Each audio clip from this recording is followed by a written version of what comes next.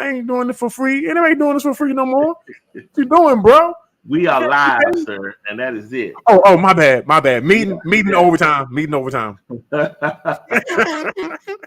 All right, now, Mr. Ford.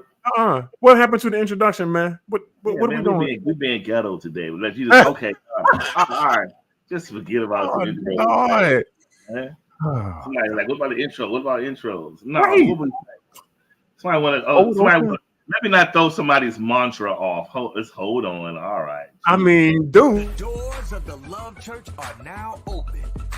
Dear world, you name it, we cover it from the world of singles to the behind the scenes of the greatest movie ever filmed, called Marriage. We dig into everything from dating 101.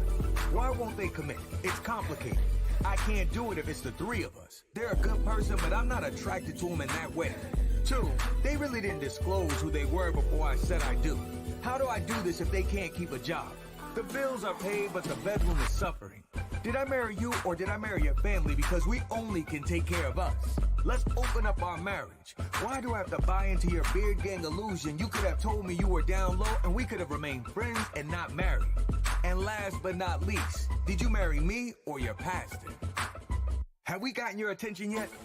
If so, tune in to Unique Perspectives Love Talk Radio, Thursday at 4:30 p.m. Central Standard Time, if you want to hear more of today's real issues in the world of love.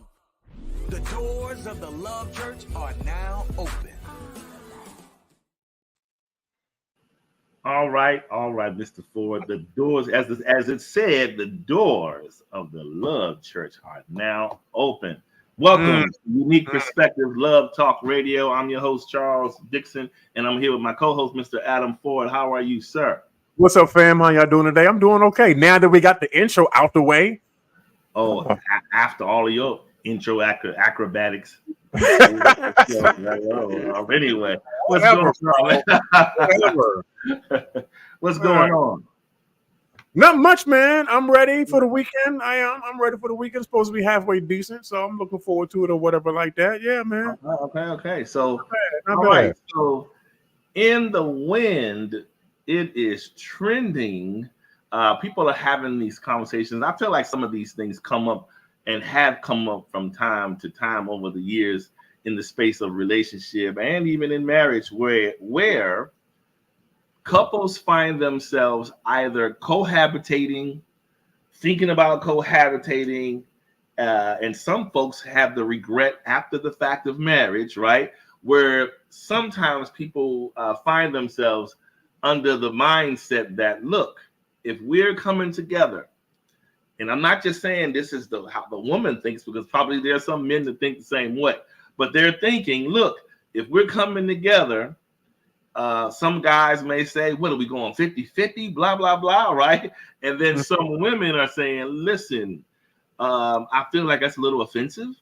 And if we're going 50-50, then I could just do the 50-50 on my own and pay the 100% of my own bills. And I don't have to worry about being in your face and you making me pay 50-60% of the bills. This is a really, really touchy thing, but It is a real topic. I mean, well, you know what? Before we get into that, how about you just give us a breakdown of the read off, and we'll go from there.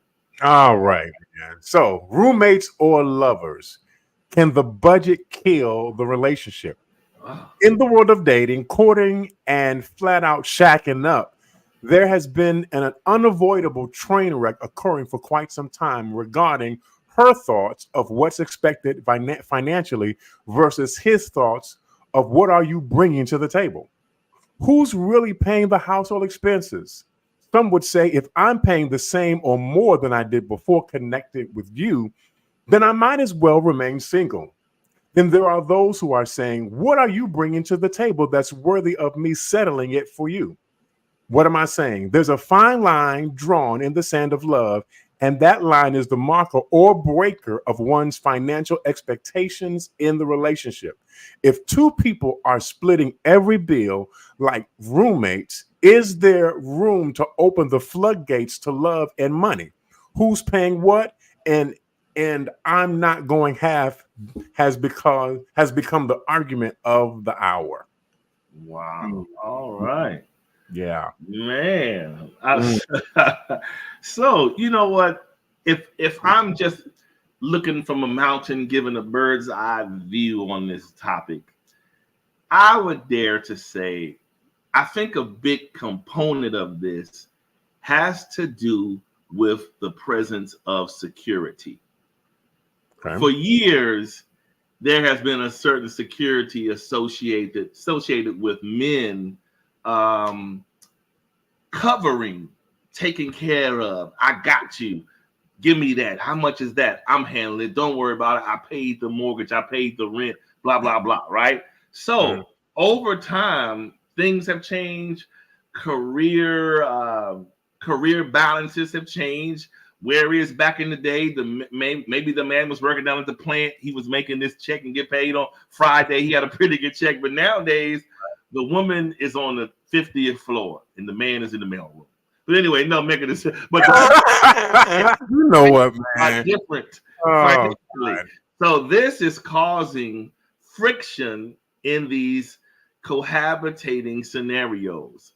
You know, whether it be living together and whether it, in some cases, even in marriage. I've heard people express their disdain about having to maybe, I guess, carry a certain load because maybe they were under a certain impression before getting married that, yeah, I'm going to be your wife or this, that, and other. I'm going to work and do what I can. But in no shape or form did I think this was going to be a 50-50, 60-40, whatever situation, right? And so it's caused the thing now where some people are declaring, look, if you're expecting me to pay like you, then let's be like one another and be roommates.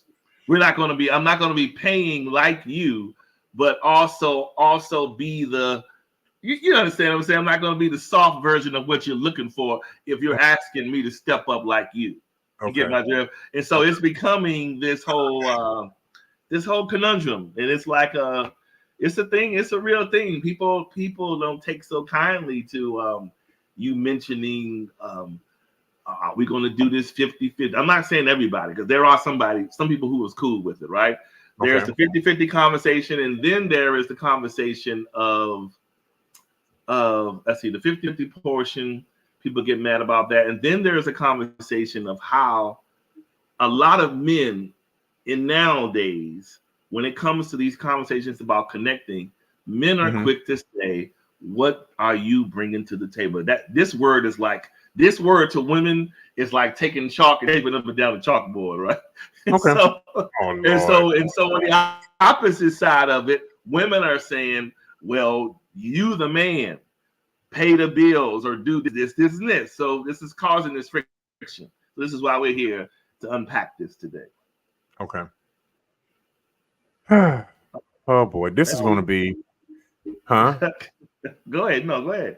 No, this is going to be an interesting show. Okay, so first of all, let me start out by saying that, as far as the idea of shacking up or cohabitating, and I understand that it's a reality in the world. I don't believe in it.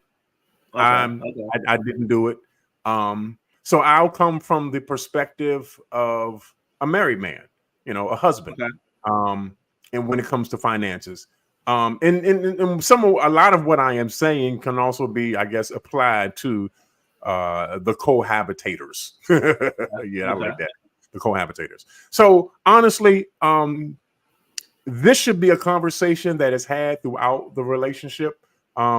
Maybe not the first date, maybe not the second date, but if you find yourself wanting to get serious with the person that you're with, then finances inevitably need to have a place within the dialogue that you are engaged with in your potential interested partner.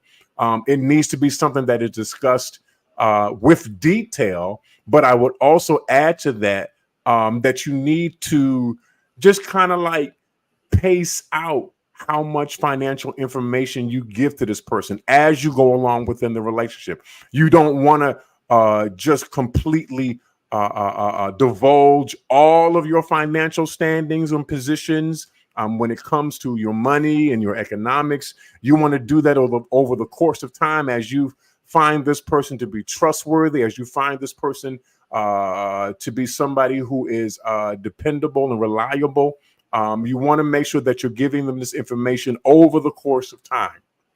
Okay, so that they have an understanding, and you also have an understanding of what they have in their pockets in terms of finances.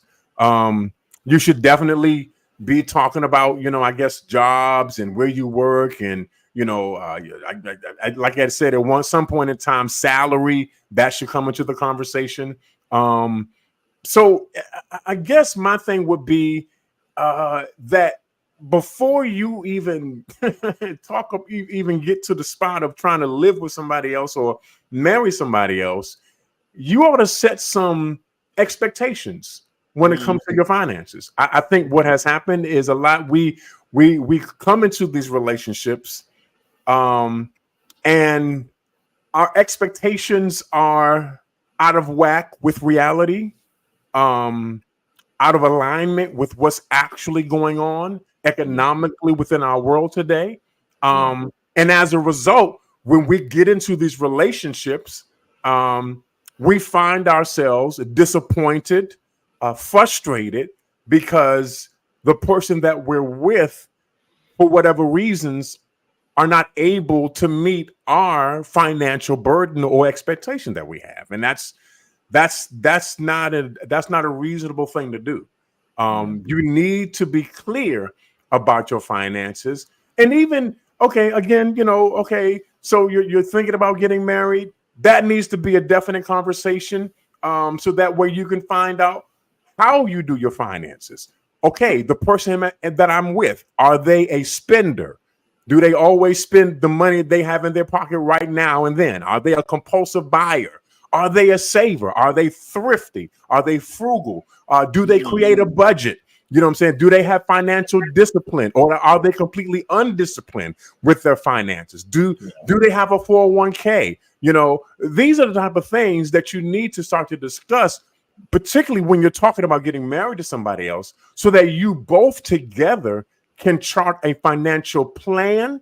And not only that, but you both have a reasonable expectation of one another, of what to expect from each other financially. Yeah. Man, listen, you're bringing up a solid point. And here's another part that I don't think we consider is we connect with people, but we don't take realistic tolls of what both people make. Like the realistic tolls are, it's more than saying you're the man or you're the woman, and I think you got this kind of job, woman, or this kind of job, man, so you should be able to do this. And I think we don't take realistic tolls of what and how we show up to the relationship financially. And that starts with, hey, this is, it's, I know it's difficult to broach, to have that kind of conversation, but if you're looking to step to the next level, you have to at some point have that financial conversation. Absolutely. And when it comes to, where do you stand? Where do you stand? It's like, let's talk salary. What do you make? Okay, this is what I make. And then you can make a realistic assessment. Let's just say if a woman and a man is together and the guy is like, he's a great guy, but let's just say he makes $40,000, right? The woman is well over 150. So can that man realistically go half? Probably not, right? Honestly, if realistically, he probably can't go half in that scenario. So these are difficult conversations, but it has to become real if you're going to walk in that reality. So let me say this, and I think I remember hearing this. Somebody else was talking about this too. If the woman makes more than what the man makes, honestly, this is going to come down to a personal preference. Okay, so brothers, hear me real good. If she makes more than you make, and you don't have a problem with that, and she don't have a problem with that, then there isn't a problem, right? Yeah. There's not a situation here. But if you find yourself if you find yourself being uncomfortable with the fact that she makes more than you make, then first thing is talk about it, have a conversation about it, be honest, be open, be transparent about how you feel about it. Okay, let her know where you're coming from. And dear woman, definitely him know where you're coming from so that you can both see if there is room to work this particular thing out. If you find that you can't work it out and you're just not comfortable with it, then you need to, here's my thing though. If you really are committed to this person and you really love them like you say that you do, then you will find a way to make it work. Yeah. Yeah. I mean, you're going to allow your pride and your little whatever about being a man, run your life in terms of who you're going to be in relationship with. Yeah. Come on. Come on. Okay. So let's talk about how this conversation looks. All right. Okay. Let's say you're the guy, you're at 40,000. Your partner is well over 100, right? She has a lot of this, that, and the other. How do you as a man have that conversation about your perspective of the money? I mean, honestly, I'm going to tell her, look, I'm going to do what I'm able to do. And this is what I believe. I can't do more than what I can't do more than what I'm able to do financially. If I make $40,000, then I need to learn how to live on $40,000. You know what I'm saying? And that's the reality. I think the struggle is, okay, you don't have more. You only have what you have. You can only give what you have. If you don't have more than $40,000, then you don't have more than $40,000. And you sleep in the guest room. Problem solved. Well, you know what? I'm gonna go find my own guest room somewhere else. No, but listen, I mean, here's another spin on it. There's also cases where the person will be like, this is okay, honey. Because I mean, listen, women are masters of discovering what they feel is potential in a man. Right. Okay. So when you come to them saying, well, baby, I'm down here, I'm working for the public works department. I'm only making 30-something, but I love you. I'm here supporting you. In her mind, that's okay. I'm such a motivator and I know how to love you in such a way. I am going to help get you to this point. Okay. I'm going to do all that I can in my resources to help bring my man to where he needs to be. Right. Okay. This is a real thing. Okay. Then what happens is you realize over time, I don't know if I think I saw a little more in him than he saw in himself. And he ends up still at the same place 2 years later. And now, as her desires and as her wants for different, maybe she's eyeing a different property down the street. She feels as though they want some new additions on the home, or I want to do this, that, and the other, but we don't have the money. Now, this is where the frustration comes in, because it's like currently, I'm making what I make as a woman. I'm paying what I pay as the woman. You're contributing, right? Because you're not making what I make. I know it's not his fault, but he's contributing because he's not making what she's making. Okay. So now it becomes this dynamic. If you're not careful, there can be this mother-child dynamic developing. Oh my God. Because I'm just telling you, really, it can be this flip of feeling like, all right, if you acting like a son, I got to take care of this and do all of these things. And what that does is changes the internal dynamic of the house. And then things that would seem your normal masculine and feminine energy exchanges shift. And now it is becoming like, well, you know what? This is to be honest, this is just, I'm cool on all this. This is almost like being a roommate. And there you have it, right? Okay. All right. So let me pose this question then. And I'm not saying that that's not a truth. I do believe that it's a reality in many of our relationships. So my question would be, if we are coming together the way that we say that we are coming together, we're not just coming together physically, emotionally, spiritually, but we're also coming together financially, then what has happened to the idea of unity within the relationship, that we're becoming one? The two shall become one, right? Yeah. Is that not what we're working toward? Is that not the ultimate, at least idealistic goal? I'm not saying that it's always a reality, but what I have, my wife has. Okay, now I'm going to be a little open. I'm going to be a little transparent here. Okay, in terms of how we do our finances. Okay, so she has her bank account, she has her credit cards. I have my bank accounts and I have my credit cards. But we also have a joint account where money goes in to pay bills. Money goes in to handle utilities. Okay, here's the other thing too. I'm on her credit cards. She's on my credit cards.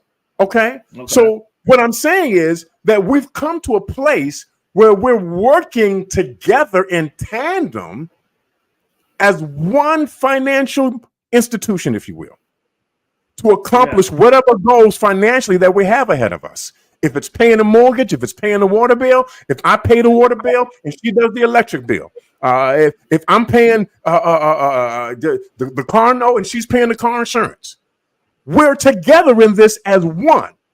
Now we're doing things, we're handling this and we're handling that, maybe individually, but ultimately the goal is the unity and the integrity of the household. That we're making sure that we're taking care of every single thing that we need to take care of. I'm asking the question: what happened to the unity idea? Well, hey, lack of confidence happened. People don't have the same confidence in the union as they once did, right? In terms of, especially when it comes to money and the way the world is nowadays, people walk around desiring love, but fearing even more than that, being left in a corner with a gallon of water and no shirt on your back, right? Because you feel like you have given, but you become exploited, right? I got it. Okay. Here's how I look at it. Okay. I'll dial it all the way back. I'm going to take a page out of my personal book. Okay. For me, I got you or I'm covering you starts at hello from the jump. When you're dating the person, now listen, I have not always been in decent positions or whatever. Heck, sometimes you get a layoff, something happened, and guess what? You belly up. Right. But on a normal scale, if I'm with my person, oh, I'm gonna take care of this. I'm gonna pay for this. I got this, that. We go out to eat. I got this. We going to. I have this. I'm not saying that I don't welcome. Don't worry, baby. I got it this time. Of course, any man would do that if you want the notion of feeling it. But the point I'm saying is, in my mindset, just as I maintain my own place where I reside and this, that, and the other. To me, if I'm connecting and combining with her, then I'm going to transfer that mindset over, handle it where we are, and the other underlying things she can handle, right? You know, she can handle those underlying things, but those major things, what I do for myself already, that I would probably transfer that to where my spouse, right? And you go from there. But I think some people need to make realistic assessments at hello. We don't have that at hello real assessment. We just go about, oh, you so cute, you so sexy, you so handsome. All right, we going out, and then in the back of your mind, you saying, is this person cheap? I kind of get the impression they're getting over. So you having all these thoughts in your mind about what shoulda, woulda, or who you think you trying to get some money from me, all those things without having those real conversations to say, listen, I know we in this. And if it applies, we're intimate. If it applies, we're in a committed relationship, whatever. Heck, let's take it even further. Even in marriage, baby, I appreciate you hanging in there with me. I know that I told you things I would probably have this and this together by this time, but I'm still working on it. At least communicate and say to the person, I'm at this level still. But I'm working towards this because I know you deserve this. You were there for me to climb this mountain. And last thing I want to do is see you at the bottom. Okay, go from there, talk about it. But you got to have the realistic conversation about where this stuff stands. And the time to talk about it is not after you said, we engaged and I'm gonna marry you. That's not the time to talk about it, because at that point, the emotions are so high. People's minds are on plans and where we're going to live and be in the ring, that all that gets lost. And then once you get married, you left with the residue of what you should have taken care of beforehand, right? So now you're trying to hash that out. So what I'm just proposing is in these situations, before you shacking and before you thinking of shacking or before you even are married, have the financial standoff. Yeah. About what it looks. I'm not talking about getting too deep into your personal business, but at least let's start off with this is what I bring to the table financially. This is what I bring to the table. So if you and I were to do this, what does this realistically look like? Because also you got to look at it like this. I don't care the kindest of men, all the kindest gestures in the world. At some point, you don't want a person to feel like the exchange is not fair. Okay. And so what I mean by that is that the person is doing all this giving and helping and making your life great. Right. I'm doing all these things to make your life great while I suffer in silence. Right. Because one of the things, I'll tell you, me personally, one of my huge pet peeves is when I detect someone being ungrateful. I can't stand that. And what I mean by that is I'm not out here just trying to throw money away. Like I'm not just throwing things away. So if I'm doing something with the best of intentions, that's what it is. So okay, that's good intentions. So the last thing someone wants to feel is though what you threw out there for the good from your position, whether it's great, not so great, whatever it is, you at least want to feel like the person was like, I appreciate that. I know you didn't have to, but thank you. But don't come with this whole entitlement like, oh, you should have. No. Right. The point, all I'm saying is, in this whole thing, in men wanting to be kind and I got you and cover you, you got to be fair even from that mindset. Don't bite off too much more than you can chew, acting like you got it. And then when you get in it, now you trying to, behind the scenes, trying to pay all these bills and you struggling because you want to look a certain way to your spouse or your person. But you're blindly struggling because you're not telling them, I know I told you I got it, but baby, do you got a little rainy fund? Because I'm in a jam. Sometimes you got to be man enough to step out and say that instead of just pretending that it's all well and I got it. If you don't have it, you don't have it. Be honest. Right.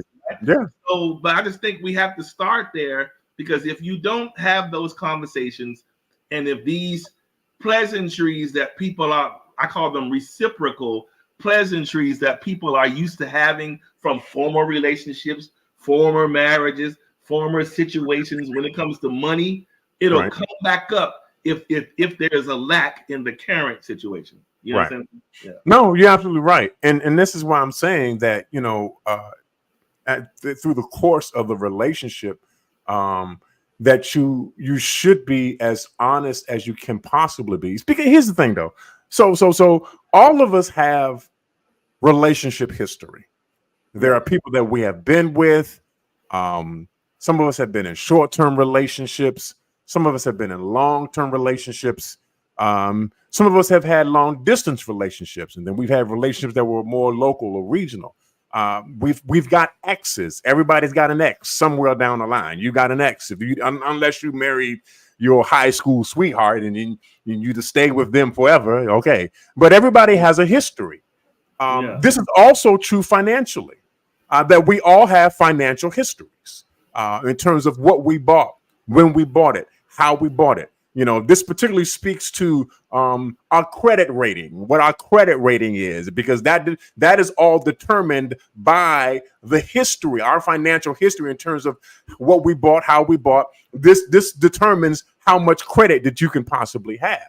And so I think it's important that, when we're talking about our finances, not only are we talking about money in the bank or how much we actually make, but we're also talking about our financial history in terms of some of the stuff that we did that we're still having to deal with. Some of those current financial situations, school loans, defaulted houses, things of that nature, because these are the things that are going to affect the potentiality in the future of the relationship that you're in. And we can't continue to ignore these things, because I guarantee you, at some point in time, they're going to come up.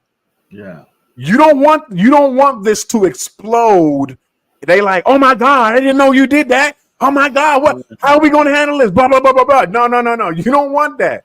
You want to be the bomb expert that diffuses the bomb before the bomb goes off. So be open, be transparent, talk about these kinds of things. You know what I'm saying? So that way your person is not caught off guard and were caught by shrapnel from the bomb that went off that you didn't tell them about. You know, so that they can actually know so that we can both begin to get an idea of how we're going to navigate and function with each other dynamically in order to create a future for ourselves financially. I think that's something that we should absolutely do. You know, why are we not being open with this stuff? I understand that it is risky, that it is something that's vulnerable, and it's we have a way of making it's just my business. That's my business. Yeah, it's your business, but now that we're connected together, it's also my business as well. And listen, I'm not going to try to use this information to exploit you.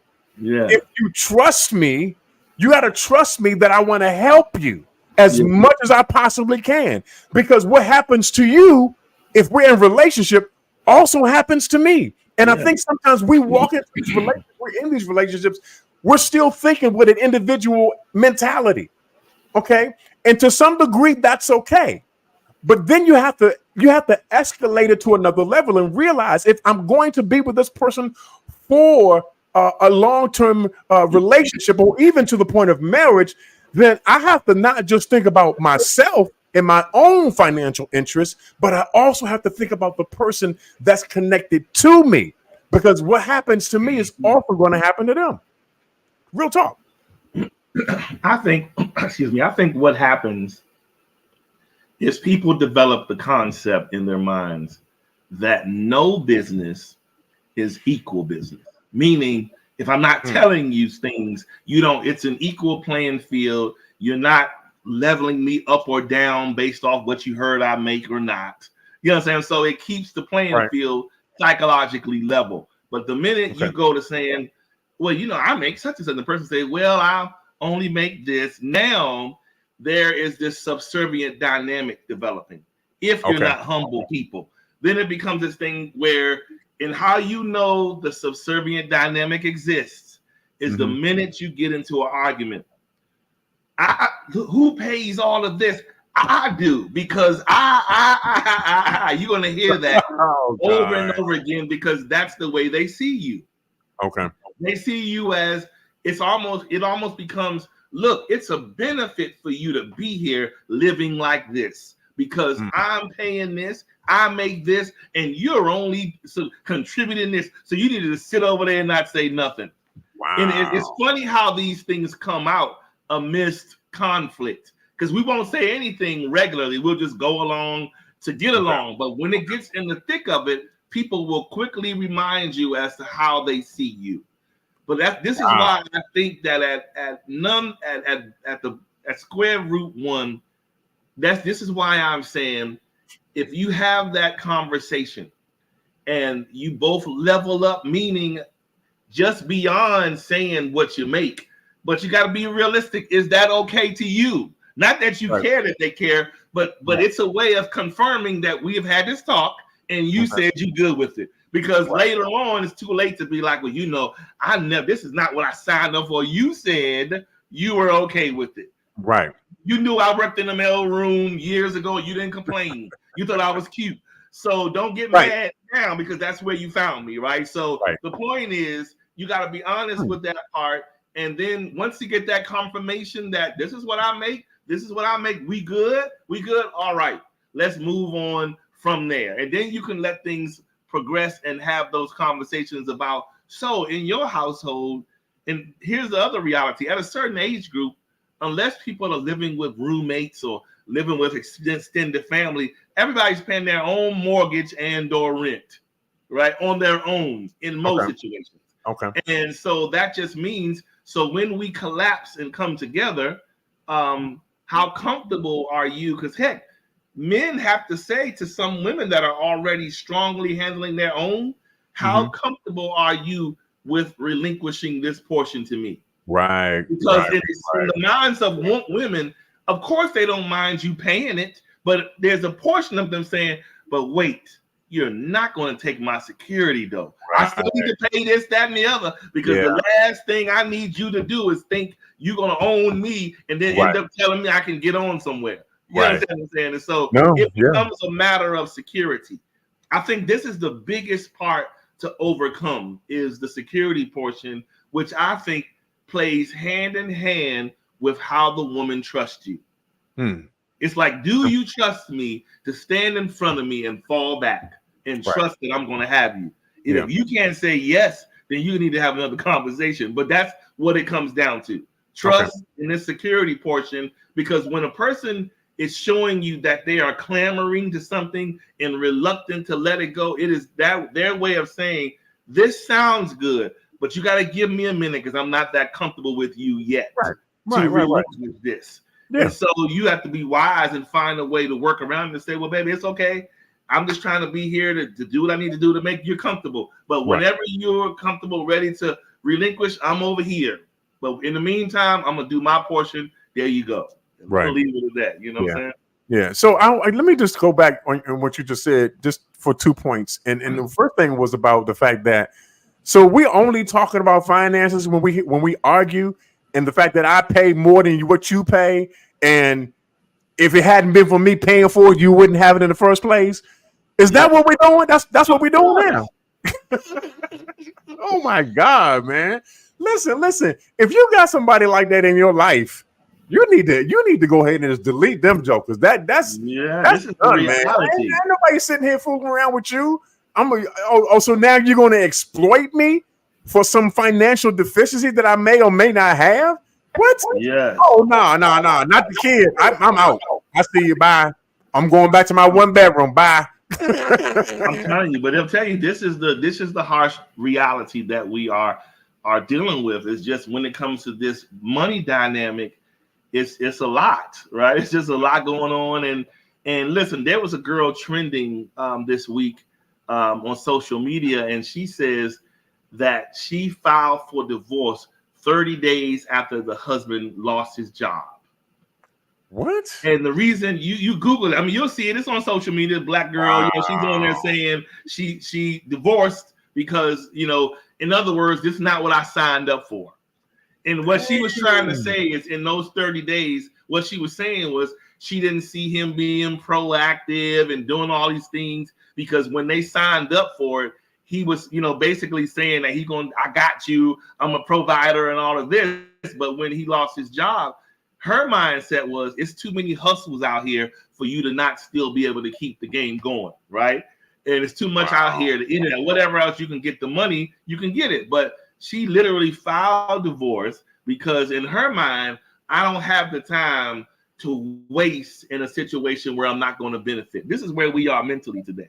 Instead of looking at it like you're looking at it into the we are one. That's by the way, Mr. Adam, saying that we are one and our money is one is Old Testament. But anyway, no, I'm saying yeah, it is. You're absolutely right. It's Old Testament. That's right. Yes. Here's what I have to know. But this is I want to challenge you with this. Okay. Because I'm gonna tell you a way that I thought years ago when I was entertaining the hallways of dun, dun, dun, dun, all that. Okay. I'm thinking to myself, if we are trusting one another, now this is your spouse you're talking about, not just no girlfriend, somebody you living with, your spouse. Right. If you are me, bone of my bone, flesh of my flesh, why do we not look at this as one funnel? If we're gonna go hard in the paint and do one funnel, all of the money comes into one pot. Okay. When we listen, now, this is just my opinion. Yeah. To me, when we have a lot of additional avenues and pit stops of pit drops for our individual money, to me, this is my opinion. To me, it often feels like these are areas of down payment on just in case I need to leave you. Do you understand what I'm saying? Some of these I get it. When we was young, Mike, so you got a rainy day fund. I get it. But sometimes those rainy day mindsets keep the sun from never shining, right? Sometimes. So when we come into these covenants saying, I'm gonna make sure I got some over here and over there, what that is essentially doing It's teaching you to quote unquote love partially, but prepare partially, which keeps you at the 50-yard line. And the goal is to get to the end zone. But if you are not trusting the person that you said I do to say I all to you, it all into one, then what are, for me, then what are we doing? Because to me, if I'm practicing over here, but I got a pot that here's the nuance, what we do, what we call it, that's our spending account. No, to me, that's our fair account. That's a fair account. But over here is my safe. Over here is my real spending account because this is my secret stash. Okay. And so I get it. We live in a time where divorce is looming and all these things are going on. And so people are nervous and on their heels. Okay. So this is why you need to have these real talk conversations and ideologies before you say I do. That's not going to say that anything's going to change after the fact. And life is not going to be lifing and things are not going to happen. But at least there's something about walking into something as one and saying we are legitimately going to stand as one. You are me, I am you. Whatever we get that comes to us comes into this funnel. And we pick whichever one of us are the responsible one to manage it. But my trust is going to believe in you that you won't turn the knife. You get my drill? To me, that's the epitome of covenant. To me, okay. Yeah. All right. So just to help you understand my situation just a little better, since you want to come at her, bro. I got you, man. I got you, real quick. So, like I said, we, in terms of this household, handle. Yeah. Oh, you calling her? Oh, you gonna call her now? You calling now? Yeah. Come on, we can call her right now. Come on, let's go. You got it. I listen, Charles. Okay, there you go.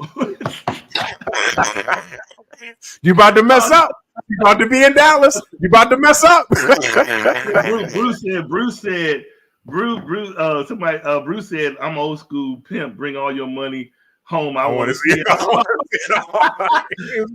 Marissa said, "Oh, you got Adam heated up." Yes, I'm not heated.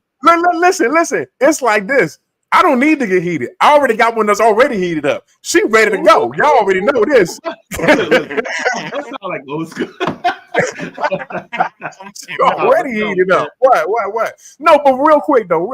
So again, like I said, in our household financially, we have assigned each other bills. We handle certain bills. She handles certain bills or whatever like that.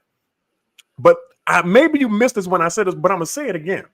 Okay. Financially, she has access to everything that I have. Okay. Everything that I have, just like I have access to everything that she has. So there isn't a rainy day fund. There isn't a preparing for the worst possibility. There is whatever I have, you can go get it if you want it. That's up to you. Hey, ladies in the comments, gents in the comments, when it comes to the rainy day fund, do y'all understand what I mean? Haven't y'all been rainy fund? Yeah. Haven't y'all been talking? No, I'm only saying this to say it is a real thing. I understand it's a real thing. Yeah, when you understand that. Yeah.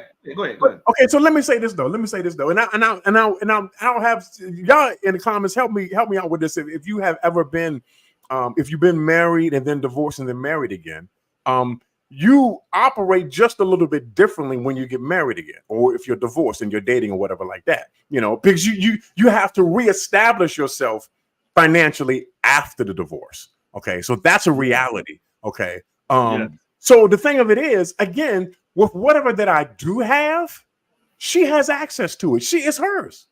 It belongs to her. Let me get this right. Let me get this straight. I'm just trying to understand it, and I'm not talking to you. I'm using your example. I got you. Your example said we have a joint account.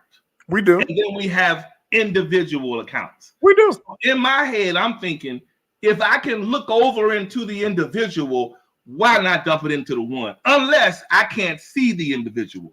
You get what I'm saying? If I can't see your individual, I get it. But if you like, there it is. Here is my Chase account. Look. Here is my Bank of America. Look. Then why won't we trust into one? Is what I'm saying. Well, Unless number you one can't see is over there. we. I mean, okay. So again, that's your preference. If that's what you want to do in terms of having money here or having money there, I don't think that's a problem with that.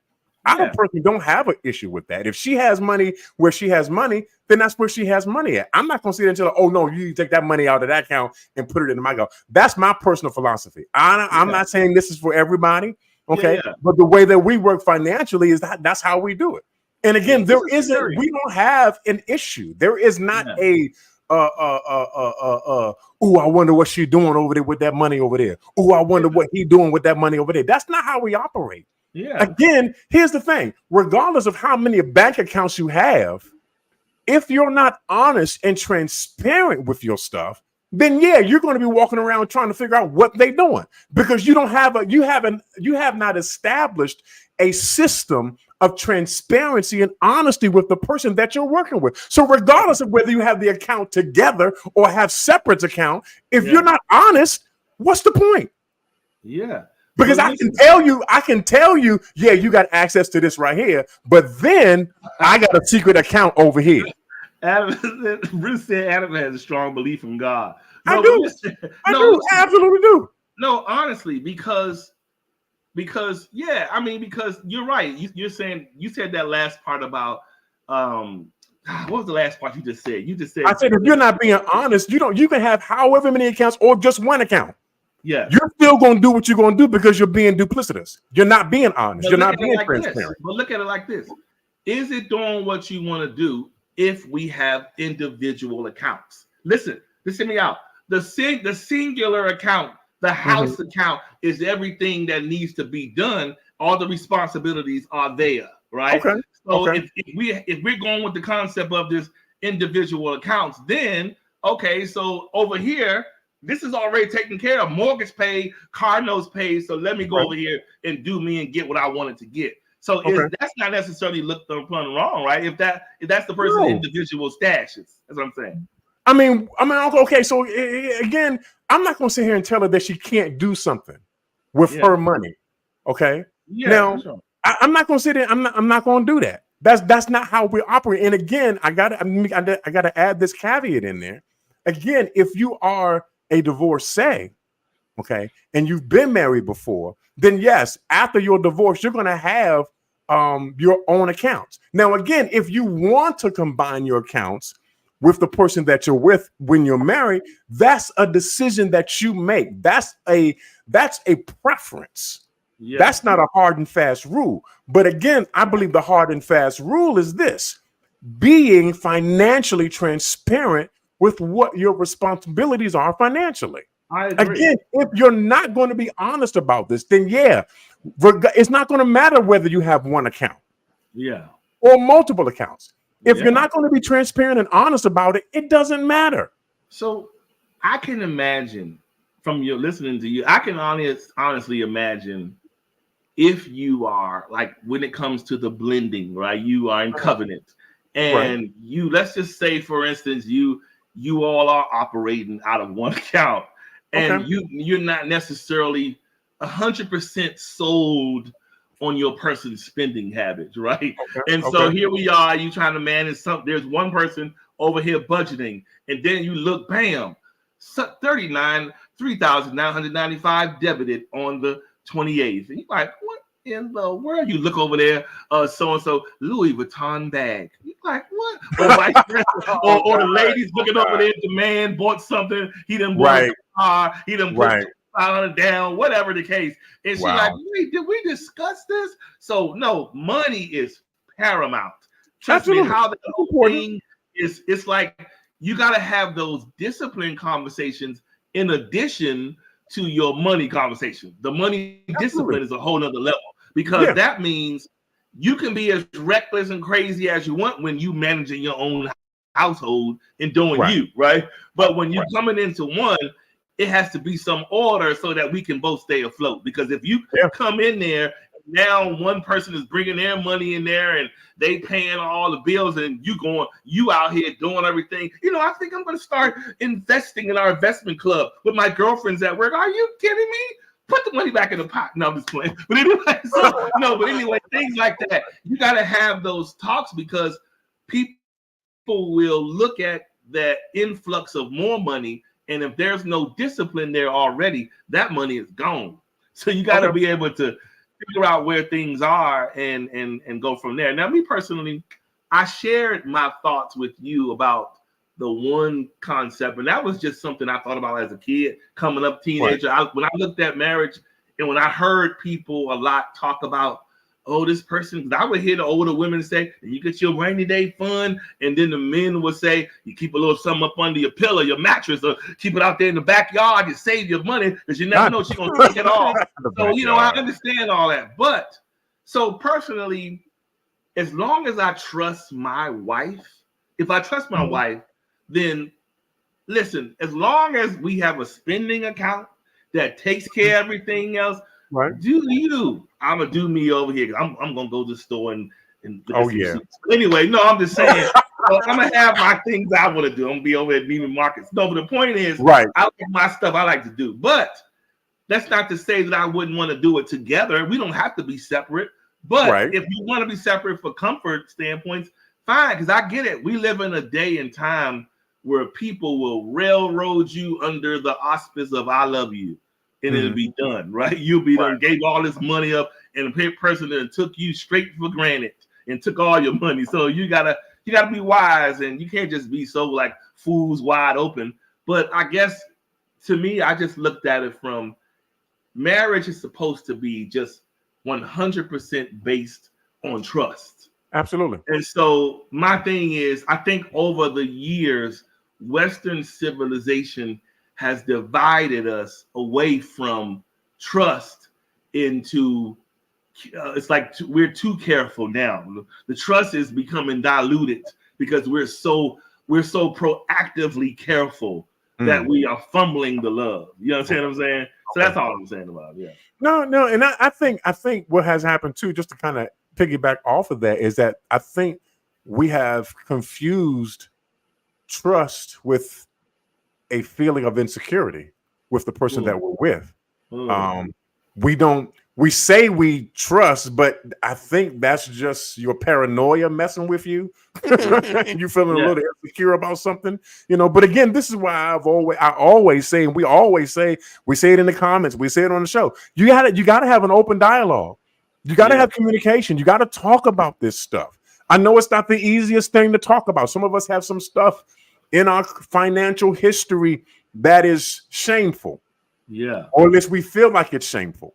Yeah. But if we're going to have a future, if we're going to be in this relationship together, if we're going to be successful, watch this, if we're also going to be prosperous and fruitful in our relationship with one another, we have to figure out what works for us financially.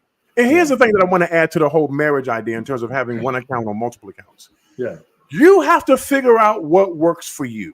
That's it. Every situation is different for every married couple. Okay, you got to figure out what works for you. Now, having said that, I would strongly encourage that we learn how to be financially responsible with our finances, that we learn how to be dependable with our finances. That we learn how to manage our finances, because I think our mismanagement of finances leads to the destruction of the relationship. Because we don't want to engage our self-discipline in terms of our spending. We don't want to sit here and develop a week-to-week, month-to-month budget in terms of how much money we're spending and where is our money going. We don't want to exercise our discipline in learning how to save money. Okay, learn how to invest money. And let me speak to my Black brothers and sisters. We have been done a disservice by the previous generations because they did not teach us about credit. They didn't teach us about credit scores. They didn't teach us about investing. They didn't teach us about 401ks. So I encourage each and every one of us, let us become financially literate so that the next generation will know how to be wealthy and prosperous. Correct. You know what I'm saying? Yeah. And so the reality is we have to learn how to manage our finances so our relationships can flourish. Yeah. And I know, again, we got to do this, y'all. If we want this thing to work, if we want it to be successful, you know what I'm saying? If we want to make this thing the way that it's supposed to be, then yeah, we got to learn how to do this stuff. Yeah. And again, don't be afraid of talking about this stuff. Listen, this is one thing I want to hit real quick. Yeah. Some of y'all got some tax stuff in your history. You got some taxes that you owe. You need to talk about that with your partner. You need to talk about that with your partner. Okay? You got some back stuff that's due. Run your credit report. Find out what's on your credit report.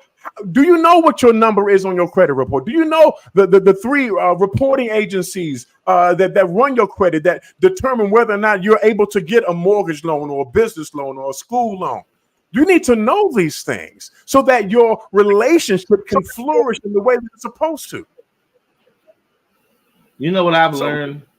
True love owes no man and already knows where you are broken. See, the problem is we are with people that are being entertained. They are with you, or they think you're this, they think you're that. Sure, we can get married, but they don't know the structure that you stand on. They don't know the things that you are dealing with. Because the reason why I said true love owes no man, because if I'm truly with somebody, you're gonna know where I'm broken. I'm gonna tell you. You know what I'm saying? Yeah. I'm gonna let you know, hey, I know I excel over here. I can do this to a point, but this is where I struggle. And I don't say that to present a weakness. It's a vulnerability thing. Yes. You know, it's like it's saying, listen, I know I can be great and looked at, I'm admired over here, but over here I'm trying to work in this area. And I think if you give your partner that, you give one another something to work with. But when you just leave people to guess, we live in a society where, guess what? If you don't be honest, they're gonna pay $39.95 to research it. So you might as well be honest. People are out here, you out here being ran through all kind of systems. You know, trust me, believe it. It's so to me, it's a violation, but it's happening. It is out here, it's happening. And so listen, if you love your person, you don't ever want anyone else to beat the news to your person before you. Yeah. So whatever you got going on you, because listen, we all know how this works. Heck, you be with somebody and you could be getting ready to get engaged and move on about your life. And here comes 10 years ago, well, girl, did you ask him about this because of that? And you're like, oh man, you know what I'm saying? But making the point is, and the person like, oh, so she knew that, but she didn't tell me. You know how those things go. So you got to be transparent and be honest and be like, listen, okay, this right here, I'm working on this. This is this, but I got you over here though, and trust me, I got you here. But I am working towards this, and I'll say this towards the closing. This, and I know I'll let you say something, Adam. Is if you're in these relationships or marriages, if you've never heard a buzzword to get your attention and alarm, is when you hear that word roommate being circled around. When you're in a commitment, if you're in a commitment with somebody, a marriage, a committed relationship, but you're hearing them say, oh, I feel like this is our roommate, you better have an immediate conversation, because that is a situation that will lead to people sleeping in different bedrooms, literally. Wow. And you know what I'm saying? And the intimacy will die eventually. And then there's going to be two people living in a house full of resentment and waiting to run out the first door they can see. You know what I'm saying? So that's why you got to address those conversations when they come up. When you hear those buzzwords, you better address them and say, hey, what kind of problem are we having that you're referencing me as a roommate? And then go from there. You know? Yeah, real talk. And so I'm gonna be real controversial with this one right here. I'm about to mess it all up. I'm about to do a Charles Dixon right here, but I'm gonna do it on the other side. So here's the thing, though. Did you hear this? Okay, go ahead. so check this out, right? Check this out. And I want to help us. I want to help us do better. I want to help us to live better. So for those of us who are shacking up and cohabitating with partners and spouses, well, not spouses, Lord, please not spouses, but if we're shacking up with cohabitators and y'all not married, but you done mixed your finances together, you need to fix that situation. Because you ain't gonna get none of the benefit of being married. You think you are, but you're really not. You're going to end up hobbling and hindering yourself from being able to make progress financially. Why are you, Lord have mercy, I'm trying not to go here too hard, Lord have mercy, come on. But my thing is this: you've created a situation or a false reality because you're not married, but you're living with somebody, and you got your finances all mixed up in there. You know what I'm saying? You got one bank account and you got all these credit cards together, and you're living together, but you're not married. So this comes from it's too hard to live, but I'm not quite ready to commit. That's where shacking comes from. Well, maybe you shouldn't. Maybe you shouldn't do that. That's where it comes from. Is right. People feel like I'm not in a position to hold my own comfortably. So this is a benefit to do this with you, right? However the benefit looks, it's comfortable to do this with you because guess what? If we can do this, then we can do the altar. Period, point blank. Right? If we can do the shack, we can do it. Because guess what? In the shack, you're making it work anyway. You're paying the bills. You're not going to be able to lights off. You're paying the groceries. You're having sex anyway. Right. All those things in the scenario. So if you can shack, you can shop for the altar. Period. But the point is, we don't want to because shacking lets me sample. Right. See, shacking is the sample. I can sample you, but if you get too much on my nerves, I'm calling my cousin Leroy to bring the moving truck, and I'm out of here, right? And I'm going on back home or wherever else to the next person I like house, right? But the whole point is the biggest demon of love that we're experiencing today is comfort. Comfortableness kills the progression of consistency in love. Comfort. We always want to be comfortable. And so the comfort is, now listen, I want to do the marriage thing sometime, but just not right now. Just hold on. Now, it's the right thing to do, right? It's the right thing to do. But that comfort spirit is like, but that means I have to become uncomfortable and start thinking and start making these adjustments and plans and become more vulnerable to you. Right. But it's more comfortable for me to be a standoff where we are playing house, getting all the benefits of the house, but I'm not necessarily committed to the house. So if the house gets my nerves, I can decommit myself and be out. That's the bottom line to shacking. Because guess what? If people really had the ability to, if you looked at it at a bigger level, you're saying my woman is okay with me living in her space, and the vice versa. My man is good with me living with him. Then if that's the case, then why not ascend to the rightful role, and you as the protector cover me, and me as the woman, I'm going to support, compliment, and gird you, and we just do this together, married. That way we will be blessed in our doings. The things that we do will be blessed. But this unofficial stuff, listen, I can tell you, I have done, sorry, Lord, the shacking.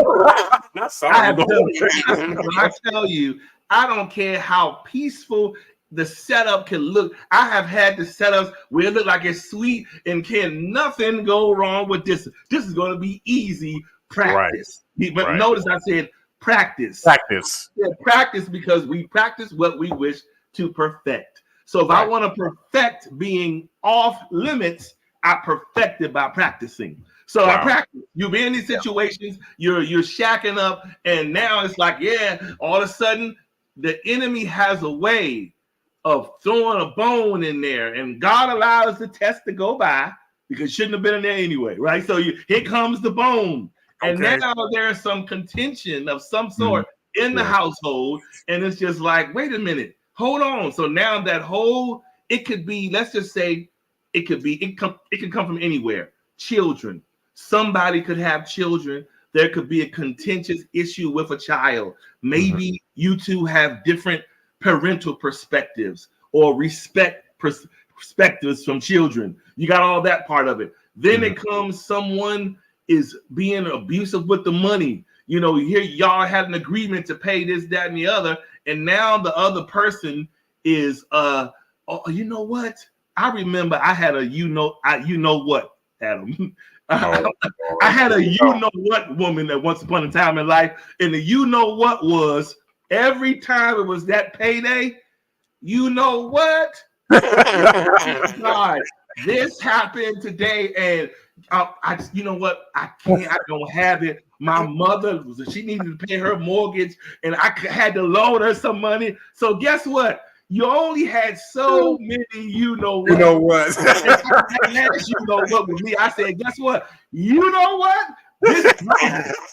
This here is done. I'm moving. I'm holla at you. And that's how you got to do that. Because guess what? I ain't playing these games. So that's why I said this whole shacking thing, it doesn't bring the best out in you. It brings the get by, get sly. Let me do what I need to do while I'm in this situation. Save some money. Let me put a little over here and do all these things while we playing house. Right. It gives you a chance to do all of that. But if you say to yourself, let's cut this out and let's just come to the table, that makes you bring your real self forward. Yeah, that's true. Now you don't want to play no more games because it's real time now. So the reason everybody is getting these less than real results in love is because we're playing less than real games. Yeah. And that's what's happening. Bottom line. You know real talk. I'm done. Again, I say that the shacking pockets, it feels so convenient. Oh my God, you just messing up now. It ain't right. It's not right. It's only convenient because it is causing you to be a lesser version of yourself. Yes. And so whenever we're being a lesser version, it feels like sleepy, resty. Oh, it's comfortable. Oh, she gonna what you in there cooking, baby? That ain't your wife. Ain't not your wife. Anyway, so the point is, but we play the whole thing up like wifey. Heck, we even call people. I work with this guy, and he had me thinking for 3 years that he was married because he would be at work literally saying, yeah, I got to go home, man, because I got to meet my wife. We got to go over here. And I'm thinking, oh, man, so okay, that's cool. I asked him one day, how long have y'all been married? Oh, man, we got a son and everything. We've been together. I've been knowing a girl for like 7 years, but me and her been living together for 3 years. So you're not married? You're not even married. He lived with her, but he labels her wife. Guess what? Because she positions herself wife-like. Right. Wife, not right. Wife-like, but not the wife. Right. Wife-like. So that's why them situations happen, man. And so, I'm not, again, I've been there, done that, but I can promise you they do. It doesn't matter how convenient, how much you can see the benefit of the two money coming together. It does not work. Doesn't work. If you ain't ready to get married, don't share no keys. I know that's right. Point blank. That's it. You know what? You know what? They got me started now. That's it. Anyway, so they got you started, bro. They got you started, man. Wow. I got so many stories. Anyway, so yeah. Yeah, I bet you do. I'll save it. All right, I'll save it. All right. No, you might as well. Listen, I had the time where when it came to the shacking, I had the one time where I told the person when she kept saying, you know what? I said, you know what? And I left, right? I remember it was enough. I left. Then there was one other scenario where I was in this situation. Anyway, I had relocated. I'm going to help somebody today. I was living at the time I was working in Delaware. I was with someone who we thought we were budding to be one, right? We went through some little bit of things and all this, that, and the other. We came out of those things. And I was like, hey, they're bringing me back south. South was back in our hometown, D.C. Okay. I relocated there. And because I wasn't ready to separate the bond that we were having, I found that this right here, Bruce, is a slap in the face. I found the girl a job in the area off of my resources, right? Wow. She made more money back home in our hometown than she did where we were in Delaware. Because I found her the hookup. We found the job, fine. Oh my goodness. We down there. This is the part where I say the ungrateful part, because I'm the kind of person, I never remind you of something I've done for you. I don't do. Okay. I just don't do those. I'm not the one to say, well, you know what? Didn't I do this for you? Because it makes no sense. Right. This person and I are back home in the Virginia. Everything is working regular, fine. Okay, cool. I started to notice the big head syndrome. The money she wasn't used to making. Here we go with the financial responsibility. She wasn't used to making what I had hooked her up with. Okay. So that was shifting her mindset. Now she's like, oh, we shacking and I'm making this kind of money. So she got real strategic with her life, right? She's doing all these things. Okay. I remember this, Adam. Now I'm going deep into the cupboards now. Okay. Oh God. Yes, in shacking, you'd share a bed. Okay, that's it. That's it. No more bed talk. Anyway, so I remember. See, I'm very keen on differences. I think people that experience any levels of infidelity always look at the keen differences in people because they don't lie. So to make a long story short, I'm laying here at this particular time. The bed was by the bathroom. I'm laying there. I'm asleep. Because she got up way before me. It always interrupted me because the lights would be all on in the bathroom. Right. And all I remember is one time that I opened up my eyes and I looked. She was getting ready in a way. Now, she wasn't dressed. She just had on her underwear. I'm sorry, guys. I know.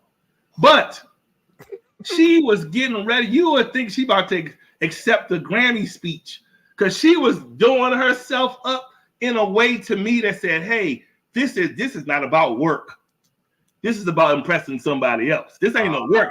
You're not getting ready for work like this. Like this person was, from the underwear all matching to the whole, all of this. And I'm just like, what is going on? So, oh God. So I'm all feeling in a good mood. I got you the money. I'm making good money. So I'm like, hey, I found this bigger place. We're going to move over here. Oh, okay. Now, that was the first sign. Normally, she's the one that's always great about what's living somewhere. But when I mentioned the move this time, she flipped the script and she was different. Her personality was real different. And she was just not necessarily her happy self about things like that. And so I didn't say nothing. I even said, okay, mind you, let's just say maybe we were like a month out. And I said it's going to be, I'll never forget the date, July 15th is when we're doing it. She says, okay, fine. Listen, man. All this time, this is one of the deepest stories, right? All this time we together, she up in here packing, we packing, I'm packing, I'm putting boxes, everything's everything. Do you know on the morning of the 15th, she was just acting weird. I'm just like, what is going on? The people ain't coming here until they'll be here between 10 and 12. So I'm just giving her the window. Man, This girl started acting funny.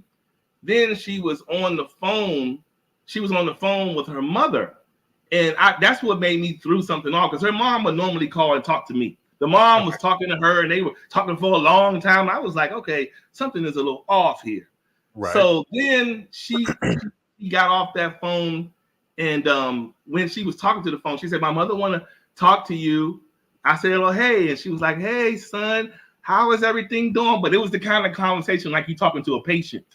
It wasn't like my daughter's man. This was are you sure you're going to be okay? Now, mind you, right. I didn't know what was happening. So I'm on the phone, but this is her phone I'm using. I'm on the phone, and I remember it to this day. Listen, and I don't care if you see this video. But anyway, so listen, I remember I'm on the phone, right? I look at the phone when it clicked over because the phone beeped while I'm on the phone with her mother. I'll never forget the name. It said German. That's what it said, German, right? And so man. So I didn't say nothing. I didn't make no false moves. I just kept talking to the mom. Then I got off the phone. I was like, okay, then, because now I'm ready to rush off the phone now. I said, all right, click. She got the phone back. I didn't say a word. I saw her look at her phone and see her calls. She saw that German in there, and I noticed her body language shifted. It was like, okay. So then she tried to call and lie and act like she was talking to her sister. She was like, we know how you can hear the phone when people talking. Like I couldn't hear his voice. He was like, is everything okay? I mean, is everything you still on record? I mean, you still on track? That's what he said. You still on track? Yeah. Okay, girl, I'll call you back. Now here, I hear this old man voice talking about, okay, girl, I'm gonna call you back. Oh, listen. Then we got off that phone and I said, okay, I just hit it to the juggler. So was that Jermon? Wow. What are you talking about? Is that Jeremiah? Right. Let's keep this thing transparent. Since you and your mom want to play musical chairs, let's just keep it what it is. So she says, "What are you talking about?" I said, "Is that Jeremiah?" I had to do one of their numbers. Is that Jeremiah? No, anyway, is that Jeremiah? Hello. So then, he says, right in the middle of saying that, because she knew I was dead serious and she hadn't seen me in that headspace. Right. So then she says, "I'm sorry." She goes to crying and all this. Keep your car wash tears. I ain't trying to hear all that. So she says to me, I just, it just all of a sudden happened. I was in a work mixer, whatever. Right. So here was the deep part about it, Adam. This was so deep. What? I had a truck scheduled to come movers, right? Okay. Do you know this girl had a U-Haul reservation to get a van because she was going to move her stuff? She wasn't planning on moving with you, right? Stuff to go do her wherever that was. But so when I figured that out, when she said she went to this crying and I'm not going to move with you, all of this, dude.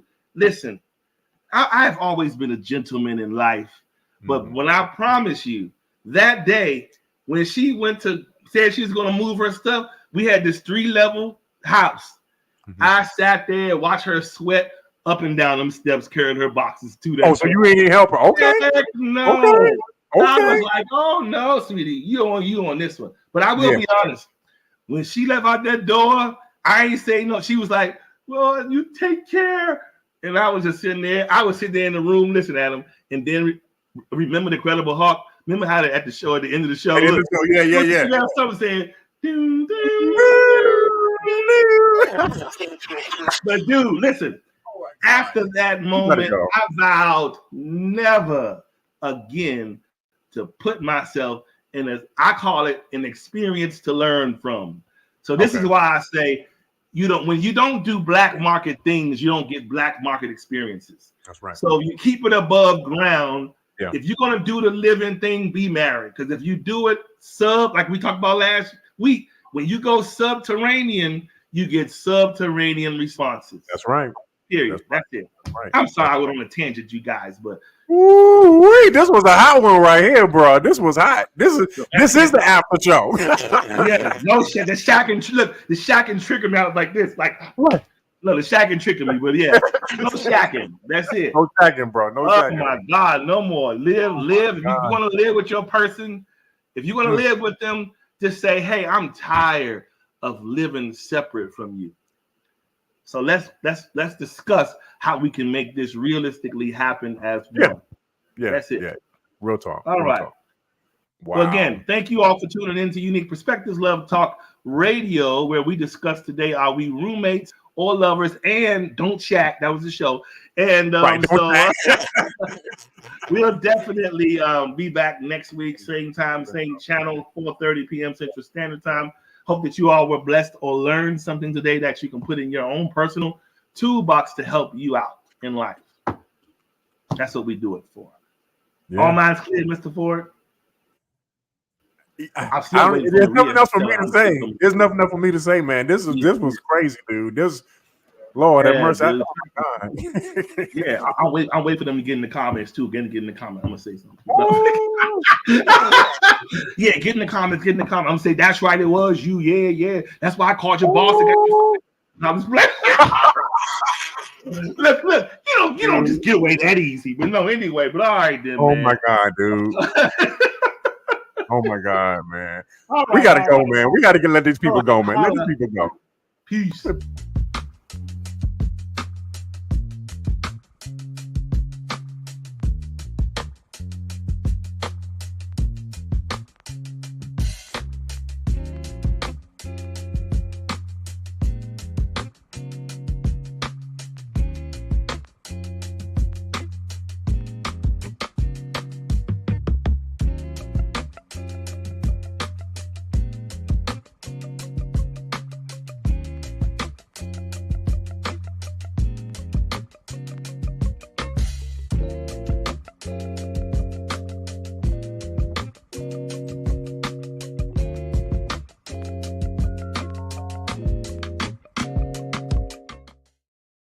Dude, All right. there's nothing else. There's nothing else to say. We need to go, bro. Yeah, there ain't nothing else to say. Let's see. No, I'm just There's always something to say. Oh Okay, my good. God, man. Listen, all I'm going to say is this. We got to shift from the mindset of practice. The mindset of practice is what gets us into all of these things where we experiment. We need to go from practice to doing. Doing is what takes us over the top into these places that we really, really want to be in our heart. If that even like marriage and things like that. But as long as we keep on practicing, it keeps us just on the bench. You know what I'm saying? You're on the bench, but you're not in the game. And so to get in the game, you got to do. That's why the coaches keep you on the bench, because they don't see you doing it, right? Wow. So if you want to get into the game, do. So again, let's stop practicing, start doing. That shifts the dynamic. Don't let people practice on you. Trust me, because what they'll do is get sharp on you and go be in real-time game with somebody else. So Right. you don't want to do that. Yeah. All right, I'll leave it there. I won't undo all the good stuff. Man, please don't undo it. Please don't undo it. But look, but it do feel good to pay half. But anyway, all right, then. Oh, God. All right, then. Peace out, y'all. Much love. Peace, y'all. Oh my God.